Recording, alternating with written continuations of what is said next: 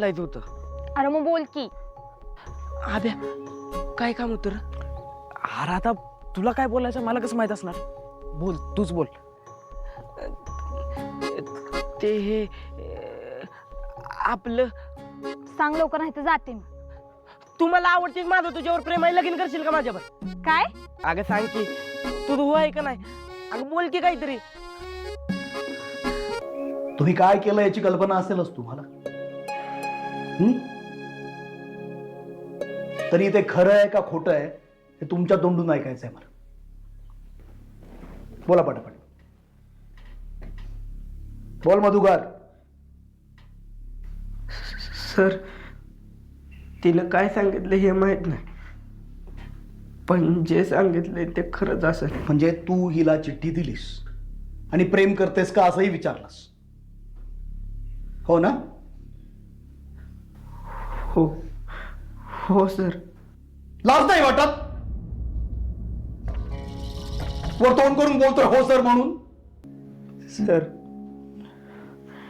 माझ्याकडनं चुकी झाली, लय मोठी चुकी झाली. हा तुम्ही जी शिक्षा द्याल ना ती मला मान्य आहे. नाही, शिक्षा तर आम्ही तुम्हाला करणारच आहोत, पण त्यापूर्वी तुम्ही दोघांनीही पालकांना घेऊन यायचं शाळेत. त्यांच्या समोरच सांगणार होतो आम्ही तुम्ही काय गुण उधळलेत ते. मधुकरच्या बाबा आता तुम्हीच सांगा काय करायचं या पोरांचं. अहो त्यांना काय विचारताय? मला विचारा ना. मी पोलिसात सरळ जाणार आहे. असं शाळेतल्या पोरीसनी लग्नाचं विचारायला लागली पोरं तर आम्ही कुणाच्या भरोश्यावर ती पोरी शाळेत पाठवायच्या? या वयात होत असतं असं.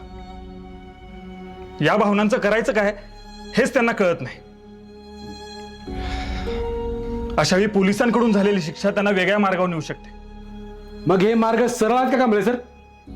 हे बघा, तुमची पोरगी आहे, तुम्ही कुणाचं ऐकू नका. तुम्ही सरळ पोलिसात चला. चला पाहिजे मी येतो तुमच्यावर. चला. माफ कर. अहो गावात आणि भागात लय नाही पण 4 लोक ओळखतात. आज खाल्लं तर उद्या खायची पंचायत आहे. कशाला उगाच पोलीस स्टेशन हे करतात? हे बघा, जीव गेला तरी चालेल पण नाव गेलेलं असं नाही व्हायचं. काय असेल ती इथंच भेटवा, पोलीस स्टेशनात नका. मी पाया पडतो.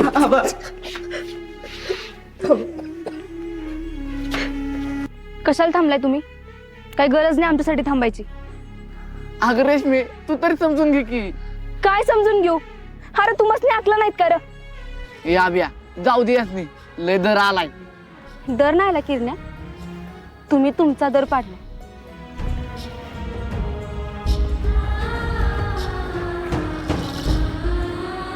आब्या आजवर काय बी झालं तरी तुझ्याबरोबर उभी राहणार रेश्मी, अशी आपल्याला सोडून गेली. अजून काय वाईट वयात राहिले? या सगळ्यात माझी चूक आहे, माझ्यामुळे समज झालं.